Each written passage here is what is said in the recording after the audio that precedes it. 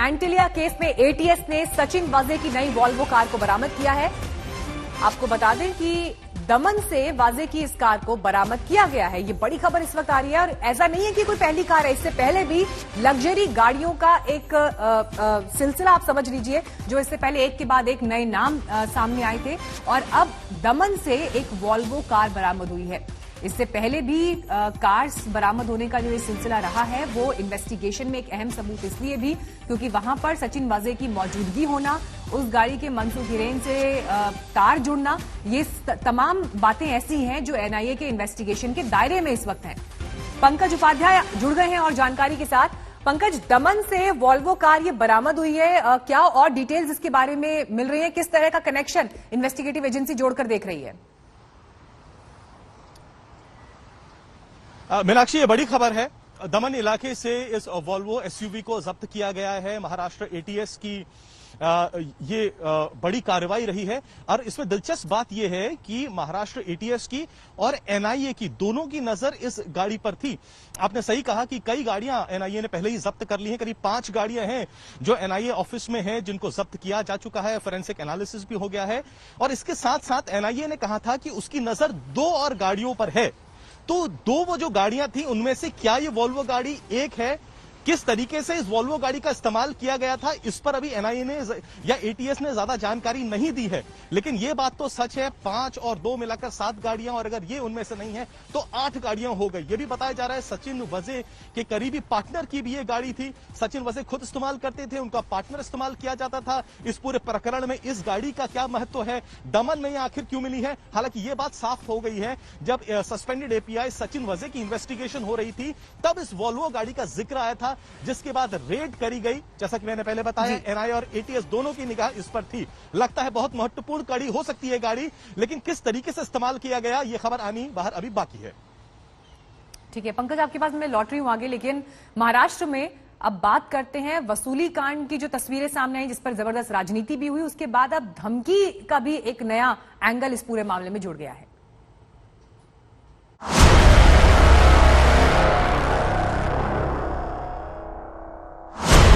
उन्होंने बोला अब तुम्हारी बारी है, तुम्हें जेल के पीछे भेजना है। तो थोड़ी देर के लिए तो मैं ब्लैंक हो गई। मैं शिवसेना को इतना ध्यान में रखूं, महिला को धमकाने वाला काम करते मैंने कभी धमकाया है? तो ठाकरे की सरकार आई, ठाकरे सरकार सेल में बैठे, उसी वक्त परम सिंह जी को फोन करके उन्होंने पहला काम कराया कि सचिन वाजे को ज्वाइन करवाइए। डायरेक्टली हाउस के अंदर मुझे आप थ्रेटनिंग कर रहे हैं, आप मुझे डरा रहे हैं। उसकी बॉडी लैंग्वेज देख लेना, एकदम तिरस्करणीय और घृणास्पद बात को करती रहती है।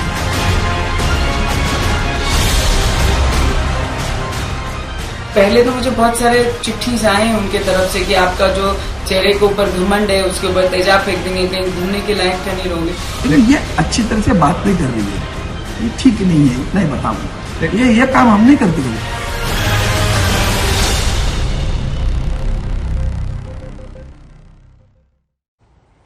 महाराष्ट्र के सियासी संग्राम की गूंज दिल्ली की पॉलिटिकल लॉबी तक सुनाई दे रही है। संसद में मामला उठा, लेकिन सियासत की सूरत में धमकी और चेतावनी जैसे शब्द दिखाई देने लगे। निर्दलीय सांसद नवनीत राणा ने शिवसेना सांसद से धमकी का आरोप लगाकर हड़कंप मचा दिया, तो अरविंद सावंत ने जवाब दिया, आरोपों को सिरे से खारिज कर दिया। लेकिन आज भी हंगामे के आसार बने हुए हैं। लेकिन दूसरी तरफ शरद पवार अनिल देशमुख के बचाव में है। तमाम दस्तावेजों के साथ कल उन्होंने प्रेस कॉन्फ्रेंस की। बीजेपी इस पर सवाल पूछ रही है कि 15 तारीख को मंत्री जी कहां थे, और इस मामले में एक वीडियो तक रिलीज किया गया जिसमें यह कहा गया कि उस दिन तो वो प्रेस कॉन्फ्रेंस कर रहे थे। इस पर हालांकि बाद में जवाब भी दिया अनिल देशमुख ने। उन्होंने कहा कि वो जब अस्पताल के गेट से निकले उस दौरान उन्होंने प्रेस कॉन्फ्रेंस की। लेकिन ये तस्वीर आप देखिए, नवनीत राणा जो कि अमरावती से निर्दलीय सांसद हैं, उन्होंने वसूली कांड से लेकर महाराष्ट्र के मुद्दों पर कल जबरदस्त तरीके से उद्धव सरकार को घेरा। मामला वहीं से नए मोड़ पर आ खड़ा हुआ और धमकी के आरोपों के साथ राणा ने लोकसभा स्पीकर को एक चिट्ठी लिख दी, जिसमें धमकाने समझाने जैसे तमाम आरोप हैं जिन पर शिवसेना असहज दिखाई दे रही है। हालांकि आरोपों के घेरे में फंसे अरविंद सावंत का रुख भी सख्त होता दिखाई दे रहा है। उन्होंने भी पलटवार किया और नवनीत के लहजे से लेकर शिवसेना पर विवादित जुबान तक का उन्होंने हवाला दे दिया। उनकी जो बात करने का तरीका है वो थोड़ा सा अच्छा नहीं लगता, क्योंकि जब भी आप जितनी भी आप वीडियो क्लिपिंग उनके निकालें तो आपको दिखेगा वो आदरणीय मुख्यमंत्री उद्धव जी ठाकरे साहब का नाम लेगी और उसकी बॉडी लैंग्वेज देख लेना, एकदम तिरस्करणीय और घृणास्पद बात वो करती रहती है। फिर भी हमने कभी नहीं बोला उनको, वो जो आज तक वो तो पहले से करती आई है, तो ये अच्छी तरह से बात नहीं कर रही है, ये ठीक नहीं है, इतना ही बताऊं। इस पे मैंने सदन में बात की और रियल चीजों पे बात की, जो मुझे संविधान ने अधिकार दिया, जो मेरे लोगों ने मुझे चुन के यहाँ भेजा है, उनके अधिकार के अनुसार मैंने वहां पे बात रखी। तो इतनी बात रखते बराबर पूरे शिवसेना के अरविंद सावंत जी को ज्यादा मिर्ची लग गई कि नवनीत राणा की बॉडी लैंग्वेज अच्छी नहीं थी। इसके कारण मुझे लगता है बॉडी लैंग्वेज कोई मुझे पुरुष बताएगा कि हाउ आई शुड स्पीक, मुझे किस तरीके से बात करना है, ये कोई मुझे मेरे मेंबर ऑफ पार्लियामेंट कलीग बताएंगे। इट इज माई वे, मुझे किस तरीके से सेशन में अपने विचार रखना है, वो मेरा सब्जेक्ट है, मुझे किसी से पूछना नहीं है। और वो जैसे मैंने खत्म किया बोलना, उस समय उन्होंने क्रॉस करते जब जाने लगे तो 2 सेकेंड का ब्रेक लेके उन्होंने बोला अब तुम्हारी बारी है, तुम्हें जेल के पीछे भेजना है। तो थोड़े देर के लिए तो मैं ब्लैंक हो गई कि इन्होंने क्या कहा। मुझे थोड़ा सा अपने आप में भ्रम हो गया कि मैंने कुछ गलत सुन लिया। सरासर झूठ हमने जिंदगी में, एक तो महिला है पहली बात, और ये नवनीत राणा जी है, वो आते जाते समय मुझे भैया दादा करके पुकारते, मैं भी उसके साथ बात करता, ऐसा कुछ नहीं है, ना घृणा है। लेकिन एक बात कहता हूँ कि ये काम धमकाना, और महिला को, मैं शिवसैनिक को इतना ध्यान में रखूं, महिला को धमकाने वाला काम करते नहीं, मैं कभी धमकाया है, उसके इर्द गिर्द अगर कोई लोग होंगे तो बता देना कि अगर मैंने धमकाया होगा तो। शिवसेना गुंडे विचारधारा की एक पार्टी है, वो बहुत सालों से नाम लेते हैं। मैं एक चीज जरूर बोलना चाहूंगी कि महिला कमजोर होती है ये विचारों से। जो भी काम करता है कि महिलाओं को डरा दिया जाए तो वो आगे आकर अपने काम नहीं करेगी, बात नहीं रखेगी, विचार नहीं रखेगी। तो मैं एक बात जरूर स्पष्ट करना चाहूंगी, मैं पहले भी बोलती थी, लोगों के हित में बोलने के लिए, लोगों के विचार यहाँ पे रखने के लिए मैं पहले भी बोलती थी, आज भी बोल रही हूं और कल भी बोलूंगी। किसी की धमकियों से अगर हिम्मत है, अगर मेरा कुछ है, तो मुझे आज ही जेल के पीछे डाल दीजिए। बहुत सारे चिट्ठीज आए हैं उनके तरफ से कि आपका जो चेहरे के ऊपर घमंड है उसके ऊपर तेजाब फेंक देंगे, कहीं घूमने के लायक क्या नहीं रहोगे, ये सब बोला। तो आई वॉज लिटिल, ठीक है, चिट्ठी तक बात है, फोन पे थ्रेटनिंग है, मैंने कंप्लेन की, पुलिस स्टेशन में FIR की है, ओम बिरला जी को दिया। मैंने बोला तब तक के ठीक है, पर हाउस में सबसे पवित्र जगह पे, लोकतंत्र के मंदिर में अगर महिला सदन के अंदर सुरक्षित नहीं है तो महाराष्ट्र में आम महिला किस तरीके से सुरक्षित रहेंगी, इस पे विचार करना बहुत जरूरी है। भाई उसके लिए तो पुलिस में जा भी सकती है, कंप्लेंट कर सकती है, और ये काम कोई करता होगा तो मैं उसके साथ में खड़ा हूँ। ये हमारे नेता नवनीत राणा के साथ खड़े, ये घिनौनी हरकतें हमें मंजूर नहीं है, कतई मंजूर नहीं है हमें, तो उस वक्त तो उसके साथ में खड़ा रहूंगा, कोई दिक्कत नहीं है। तो नवनीत राणा के यहाँ गंभीर आरोप सीधे सीधे शिवसेना के ऊपर वो पूछ रहे हैं कि अगर सांसद के साथ ऐसा हो रहा है तो फिर बाकी महिलाओं का महाराष्ट्र में क्या होगा। लेकिन ये पूरी की पूरी आवाज और मामला शुरू हुआ था वसूली कांड के साथ, और उसके बाद देखिए मुंबई के जो पूर्व कमिश्नर है परमबीर सिंह, आरोपों की जांच और सुनवाई के लिए सुप्रीम कोर्ट तक वो पहुंच गए हैं। तो वहीं देशमुख के लिए एनसीपी एक बचाव प्लान तैयार कर रही है।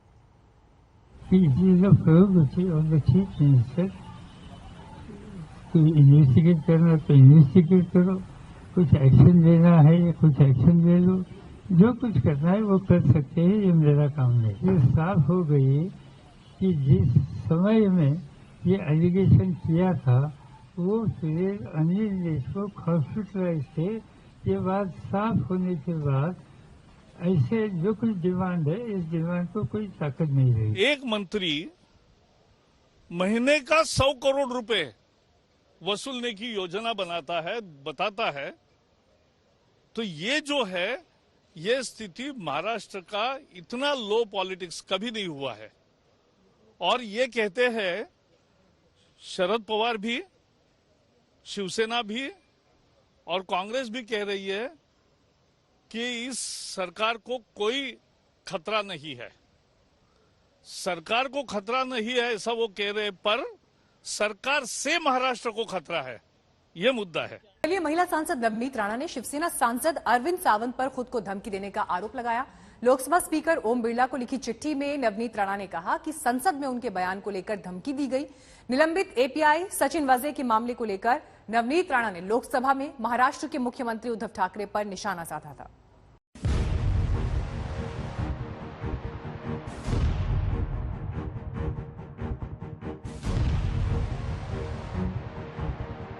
जिस दिन उद्धव ठाकरे की सरकार आई, ठाकरे सरकार चेयर पे बैठे, उसी वक्त परम सिंह जी को फोन करके उन्होंने पहला काम कराया कि सचिन वाजे को ज्वाइन करवाइए। मुझे बताइए, आप सचिन वाजे के कारण परमवीर सिंह को सस्पेंड कराते हैं, उनकी बदली करवाते हैं। मुझे आपसे एक विनंती करना है कि गृह मंत्री का नाम आ रहा है। अध्यक्ष महोदय, बहुत इंपॉर्टेंट सब्जेक्ट है। अगर इस तरीके से देश में खंडनी वसूली का चक्कर शुरू हुआ तो पूरे देश में ये चीजों को फॉलो किया जाएगा। महाराष्ट्र के मुख्यमंत्री उद्धव ठाकरे पर अमरावती की निर्दलीय सांसद नवनीत राणा के इस हमले की चर्चा दूर तलक हो ही रही थी कि नवनीत राणा ने शिवसेना के खिलाफ एक और घमासान छेड़ दिया। लोकसभा स्पीकर ओम बिरला को लिखी चिट्ठी में नवनीत ने शिवसेना के वरिष्ठ सांसद अरविंद सावंत पर धमकी देने का आरोप लगा दिया है। पूर्व मुंबई पुलिस कमिश्नर परमवीर सिंह के लेटर बम से शिवसेना संभली भी नहीं है कि पार्टी सांसद अरविंद सावंत के खिलाफ बड़ा आरोप लग गया। नवनीत राणा का आरोप है कि संसद में उनके बयान के बाद लोकसभा की लॉबी में अरविंद सावंत ने धमकी देते हुए कहा कि तू महाराष्ट्र में कैसे घूमती है मैं देखता हूँ, तेरे को भी जेल में डालेंगे। जैसे ही मैंने मेरा स्पीच खत्म किया, शिवसेना के कई लीडर वहां से वॉकआउट कर रहे थे और एक व्यक्ति आके अरविंद सावंत जी मेरे पास आए, 2 सेकंड के लिए रुके और रुक के मुझे बताया। मुझे लगा कि हम जब चर्चा करते हैं तो अपने विषयों पे चर्चा करते हैं, हम विरोध दिखाते हैं, पर जब विरोध खत्म हो जाता है तब हम सब कुलीग्स आपस में अच्छे से सुलझे हुए लोगों के साथ जैसे हम बात करते हैं। उन्होंने आते बराबर मुझे बोला कि अब इसके बाद तुम्हारी बारी है, अब तुमको जेल के पीछे डालेंगे। नवनीत राणा ने लोकसभा स्पीकर ओम बिरला से मांग की है कि अरविंद सावंत के खिलाफ पुलिस कार्रवाई की जाए। नवनीत राणा के आरोपों के बाद अरविंद सावंत भी सामने आए। सावंत ने आरोपों को नकारा, लेकिन ये जरूर कहा कि उद्धव ठाकरे को लेकर नवनीत की भाषा और लहजा सही नहीं होता।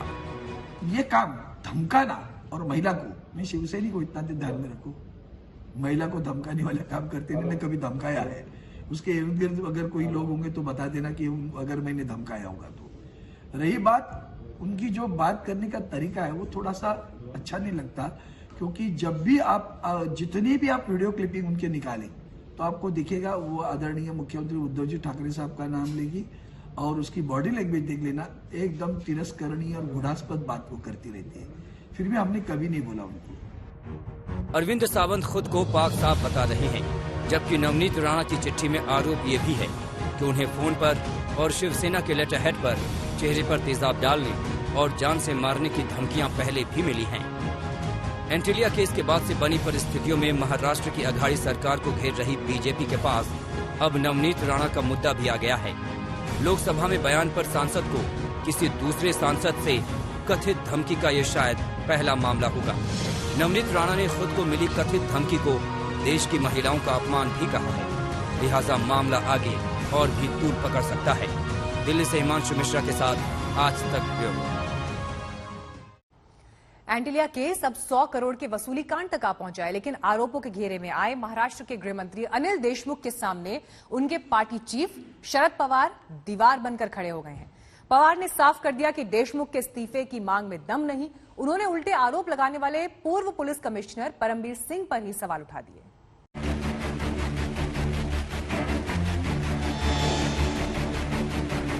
गृह मंत्री अनिल देशमुख 15 फरवरी को कहां थे? महाराष्ट्र की सियासत में यही सबसे बड़ा सवाल बन गया है।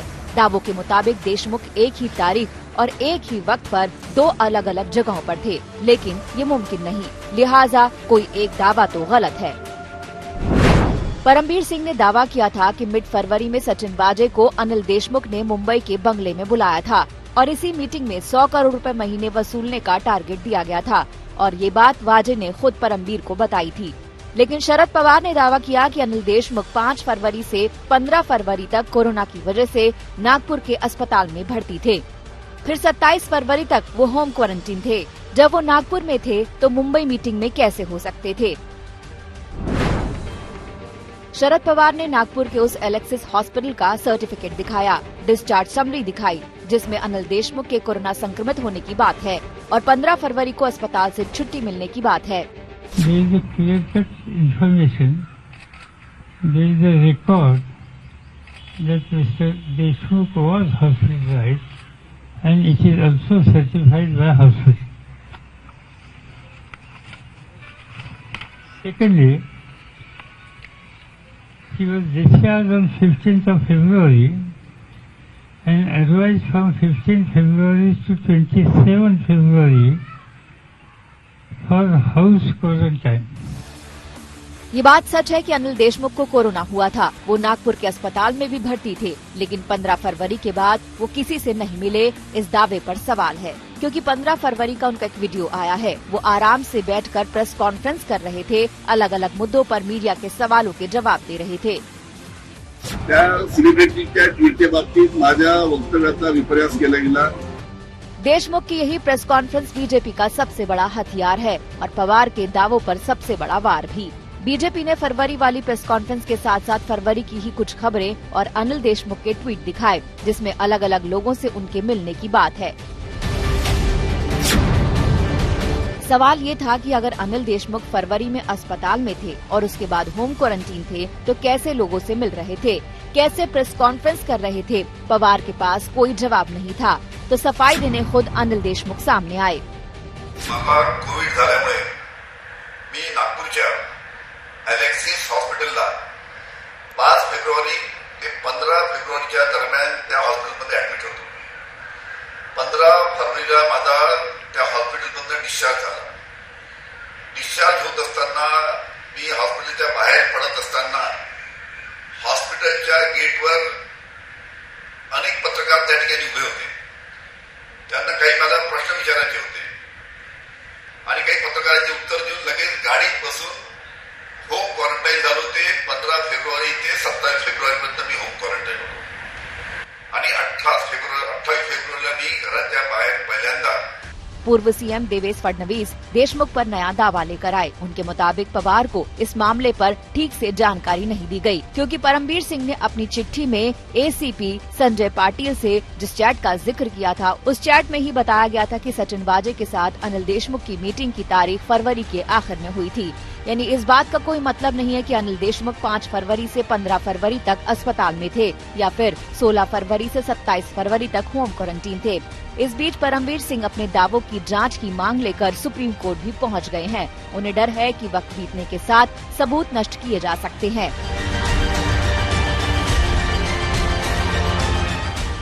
दिल्ली से हिमांशु मिश्रा, मुंबई से पंकज उपाध्याय और साहिल जोशी के साथ आज तक ब्यूरो। और आइए इस वक्त आपको ले चलते हैं गुवाहाटी। वहां पर बीजेपी आज असम के लिए अपना घोषणा पत्र जारी कर रही है। संकल्प पत्र इसे नाम दिया गया है और मंच की तस्वीरें आपके सामने, जिसमें बीजेपी के राष्ट्रीय अध्यक्ष जेपी नड्डा और असम बीजेपी के बड़े नेताओं को आप देख रहे हैं। मुख्यमंत्री सर्बानंद सोनोवाल भी मंच पर मौजूद। और यहां से बीजेपी अपना ये संकल्प पत्र, असम के लिए क्या विजन है। हालांकि अभी असम में बीजेपी की सरकार और सत्ता वापसी एक बड़ा लक्ष्य, प्राथमिकता असम में बीजेपी के लिए। घोषणा पत्र जारी होने की ये तस्वीरें, हालांकि इससे पहले भी जो अहम रैलियां बड़े नेताओं की असम में हुई हैं, तो लगातार अपने 5 साल की उपलब्धियों का तो जिक्र किया ही, लेकिन साथ ही सपना जो असम के लिए देखा वो आगे बढ़े। उसके लिए एक बार फिर सत्ता वापसी के लिए जनता से वोट मांगते बड़े नेता तमाम रैलियों में दिखाई दे रहे हैं। चाय बागानों में काम करने वाले मजदूरों का मुद्दा बयानों से लेकर रैलियों में छाया दिखाई दे रहा है।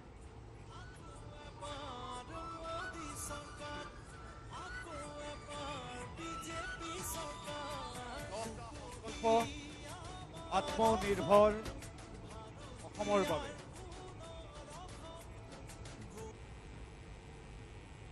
जीत दास जी, हमारे वरिष्ठ सहयोगी और हमारे साथी हेमंत बिश्व शर्मा जी, हमारे सांसद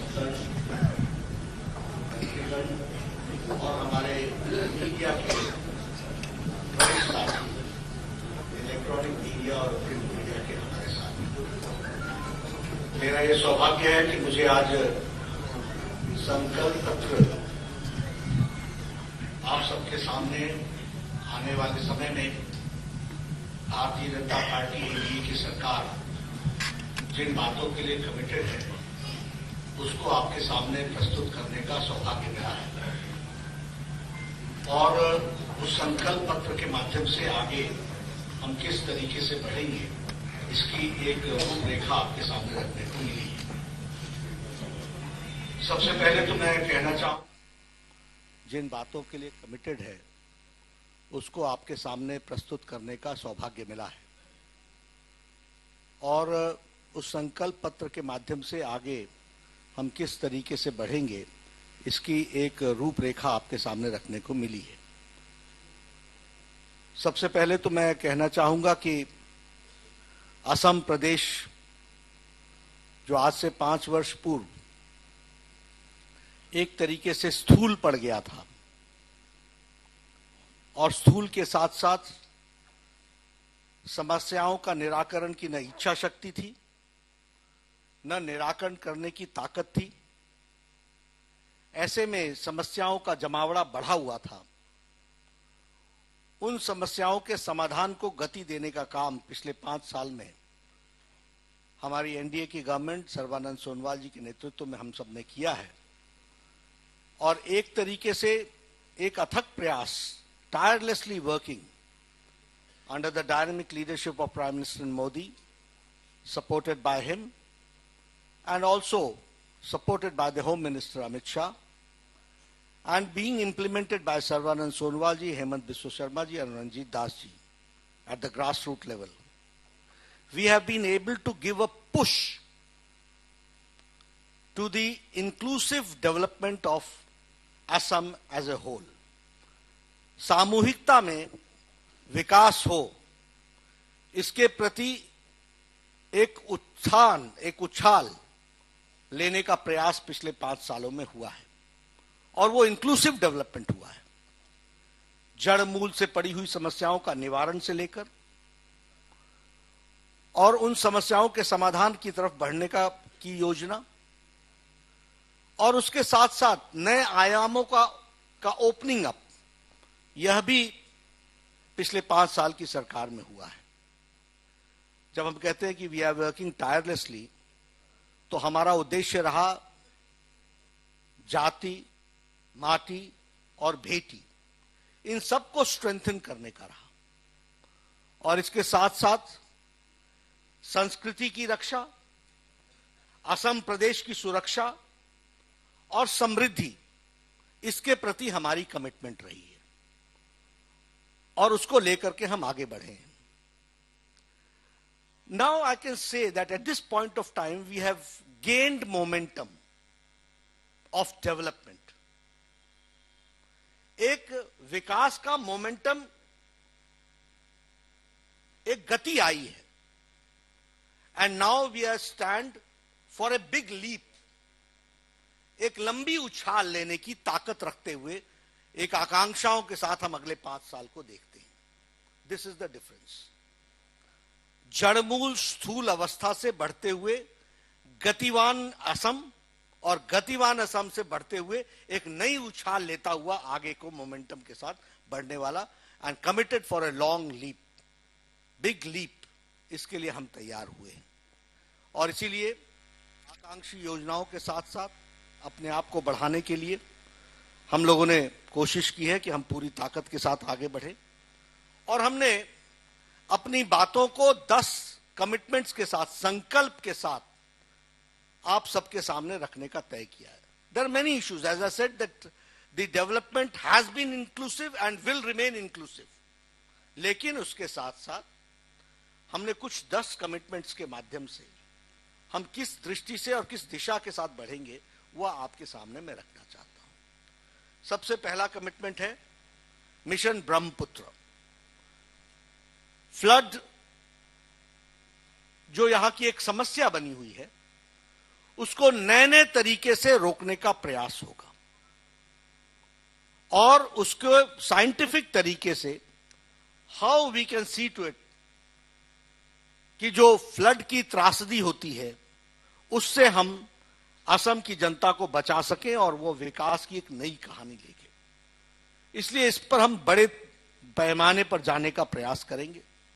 फिर साइंटिफिक तरीके से, चाहे वो ड्रेजिंग हो, फिर चाहे वो ट्रिब्यूटरीज का मैनेजमेंट हो, फिर चाहे वो बिग रिजर्वायर्स बना करके एक्स्ट्रा वाटर को वहां पर समावेश करके रखने का प्रयास हो, उसको संभाल करके रखने का प्रयास हो एंड अदर पर्पसेस के लिए वो इस्तेमाल हो सके। इस तरीके का मिशन मोड में ब्रह्मपुत्र मिशन को हम लेकर के चलने वाले हैं ताकि हम फ्लड की ट्रेजेडी से बच सके। इस बात का पहला प्रयास होगा। उसी तरीके से हमारे यहां जो हमारे 30 लाख डिजर्विंग फैमिलीज हैं, उनको हम अरुण उदय के योजना के तहत जिस कार्यक्रम के माध्यम से मातृशक्ति को समर्पित करके हमने ये कार्यक्रम को चलाया और महिला सशक्तिकरण का कार्यक्रम चला और उसमें हमने 830 रुपए प्रति माह देने का तय किया था ताकि हम आर्थिक दृष्टि से सबलीकरण की ओर फाइनेंशियल सपोर्ट की तरीके से उनको हम स्थान दे सकें। ये अरुण उदय प्रोग्राम के तहत हम 30 लाख लोगों को महीने की आर्थिक सहायता 3000 देने का हम तय करेंगे। दिस इज अवर कमिटमेंट, ये हमारा संकल्प पत्र रहेगा। असम की संस्कृति के लिए हम कमिटेड रहे हैं और कांग्रेस उदासीन रही है। जब हम कमिटमेंट की बात करते हैं तो अगर हम नामघर की बात करें तो हमारा कमिटमेंट है कि नामघर हो या शस्त्रास हो, एक तो इलीगल इंक्रोचमेंट्स को हम हटाएंगे और इलीगल इंक्रोचमेंट्स को हटाने के साथ साथ नामघरों को अच्छे से उनका रिकंस्ट्रक्शन हो सके, इसके लिए 2.5 लाख रुपए की आर्थिक सहायता सभी नामघरों को देंगे। यह हमारी थर्ड कमिटमेंट है जिसको हमको ध्यान में रखना चाहिए और ये हम इसको हम आगे बढ़ाने वाले हैं, ये हम आपके साथ शेयर करना चाहते हैं। हमारी फोर्थ कमिटमेंट है मिशन शिशु उन्नयन। बच्चों की पढ़ाई के लिए हम कमिटेड हैं, उनको क्वालिटी एजुकेशन हम दे सकें और क्वालिटी एजुकेशन देने के लिए राइट फ्रॉम स्कूल्स, उसमें क्वालिटी इन्हांसमेंट, टीचर्स का इन्हांसमेंट और इसके साथ साथ free education to all children in government institutions, इसको भी हम देने वाले हैं। और हमारे जो स्कूल गोइंग बच्चियां हैं उनके लिए हम 8th क्लास ऑनवर्ड्स बाइसिकल देंगे ताकि हम ड्रॉप आउट्स भी रोक सके और उनको हम मेन मुख्य धारा में ला सकें। इस तरीके का हमारा कमिटमेंट है। उसी तरीके से एक बहुत बड़ा कमिटमेंट हमारा यहां, जब बहुत से भ्रम और परसेप्शंस की प्रॉब्लम आई तो हमारा कमिटमेंट यह है कि हम असम के राइट्स के लिए, उनके प्रोटेक्शन के लिए करेक्टेड एनआरसी के लिए हम काम करेंगे। और जब हम करेक्टेड एनआरसी के लिए बात करते हैं तो उसमें जो मैंडेट सुप्रीम कोर्ट के द्वारा नेशनल रजिस्टर ऑफ सिटीजनशिप है, उसमें हम प्रोटेक्ट करेंगे जेन्युइन इंडियन सिटीजन्स को और हम इन्फिल्ट्रेटर्स को उसमें हम डिटेक्ट करेंगे। इसके लिए हम प्रयासरत होंगे ताकि सही मायने में असम का रहे, अहोम की सिविलाइजेशन को हम सुरक्षित रख सके, इस बात का हम प्रयास करेंगे। उसी तरीके से हमारी 6th कमिटमेंट संकल्प की है कि हम असम के पॉलिटिकल राइट्स को प्रोटेक्ट करने के लिए डीलिमिटेशन प्रोसेस को स्पीड अप करेंगे और उसको हम आगे बढ़ाएंगे। असम इससे डीलिमिटेशन के प्रोसेस में पीछे रह गया है, उसको हम फिर से एक्टिवेट करते हुए हम उस प्रोसेस को हम आगे बढ़ाएंगे, इसकी हम चिंता करेंगे। इसी तरीके से असम को सेल्फ सफिशिएंट बनाने के लिए हम असम आहार आत्मनिर्भरता कार्यक्रम को हम चलाएंगे, योजना को हम चलाएंगे और इसके तहत सेल्फ सफिशिएंट अहम बन सके, सेल्फ सफिशिएंट आसाम बन सके, इसके लिए हम मैक्रो और माइक्रो दोनों लेवल पर हम प्लानिंग करके हम इसको आगे बढ़ाने का प्रयास करेंगे। और ये मैक्रो और माइक्रो प्लानिंग के तहत, इस कमिटमेंट के तहत, फिर चाहे वो हॉर्टिकल्चर का क्षेत्र हो, पोल्ट्री का क्षेत्र हो, फिशरीज का क्षेत्र हो, पिगरीज का क्षेत्र हो, डेयरी का क्षेत्र हो, इंक्लूसिव डेवलपमेंट के लिए हर क्षेत्र को हम कैसे सेल्फ सफिशिएंट बना सकते हैं, इसके लिए हम प्रयासरत होंगे और हम इंक्लूसिव डेवलपमेंट में योजनाओं को आगे बढ़ाएंगे। ये हमारा 7th कमिटमेंट होगा। हमारा 8th कमिटमेंट होगा कि हम यूथ को जॉब्स की अपॉर्चुनिटी से का ख्याल रखेंगे और उसके लिए कमिटमेंट है हमारा कि Assam will become the fastest job creator state in the country. 2 lakh लोगों को हम नौकरी सरकारी क्षेत्र में देंगे और उसके लिए 1 लाख की कमिटमेंट हमारी 31 मार्च 2022 तक देने की है और साथ ही साथ रेस्ट को हम आगे बढ़ाएंगे और लगभग हम इसी तरीके से 8 लाख जॉब्स हम प्राइवेट सेक्टर में हम एनहांस करेंगे और उसको हम आगे बढ़ाने का प्रयास करेंगे। ये हमारा यूथ के प्रति कमिटमेंट है जिसको हम again both at the macro level and at the micro level. The planning will be done in detail and so that we go forward with this commitment और इसको हम पूरा कर सके।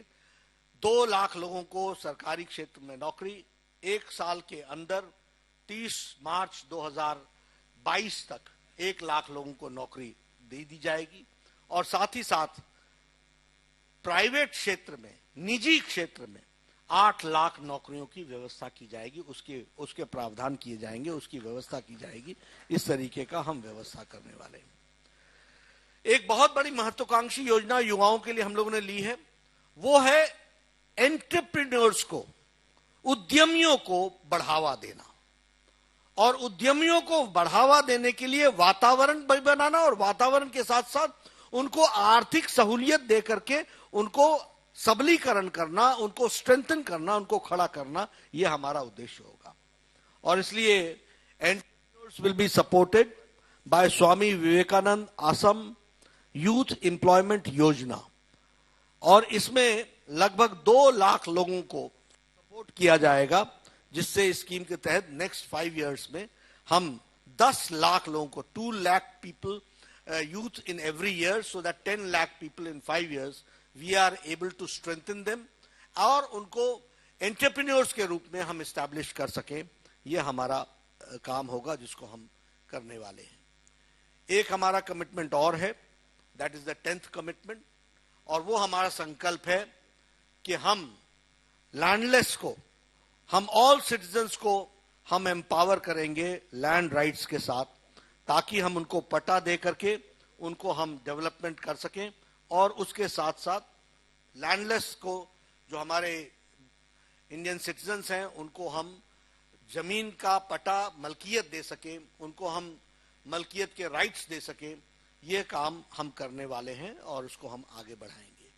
ये हमारे 10 संकल्प हैं जो हमारा एक तरीके से डायरेक्शन ऑफ डेवलपमेंट को हम आगे बढ़ाने वाले हैं, जिसको आपसे मैंने शेयर किया। इसके साथ साथ जैसे मैंने कहा कि हमारे संकल्प पत्र में बाकी सारी चीजें डिटेल्स में है, जिसको आप देखेंगे, लेकिन जब हम इंक्लूसिव डेवलपमेंट की बात करते हैं तो फिर उसमें कनेक्टिविटी, उसमें इंफ्रास्ट्रक्चर, उसमें एजुकेशन, उसमें हेल्थ, उसमें विमेन एम्पावरमेंट, फिर उसमें कनकलता सबलीकरण योजना, ये सारी छोटी बड़ी योजनाओं को स्ट्रेंथन करना हमारी जिम्मेवारी होगी। जब हम कनेक्टिविटी की बात करते हैं तो we talk about connectivity of rails. We stand committed that not only Assam, whole north east broad gauge से जोड़ा जाएगा, जोरों से उस पर काम चल रहा है। When we talk about connectivity we talk about air connectivity. 14 routes को हम एयर कनेक्टिविटी में जोड़ रहे हैं। उसी तरीके से हम वाटर कनेक्टिविटी, और हमारे वाटर कनेक्टिविटी की दृष्टि से जो हमारे रिवर्स हैं उनके द्वारा हम कैसे कनेक्टिविटी को आगे बढ़ा सके, उसका एनहांसमेंट चल रहा है। रोड कनेक्टिविटी की मैंने आपको बात बताई ही। मैं असम घूम रहा हूं, हमारे लोग बताते हैं कि यहां से वहां जाने में 3 घंटे लगते थे, अब 1 घंटे में होता है। ये कनेक्टिविटी का इतना फर्क पड़ गया है। नेशनल हाईवेज बिल्डअप हो रही हैं, अरुणाचल तक सीधे सड़कें बन रही हैं, असम की कनेक्टिविटी बढ़ाई जा रही है, हर एक क्षेत्र में काम चल रहा है।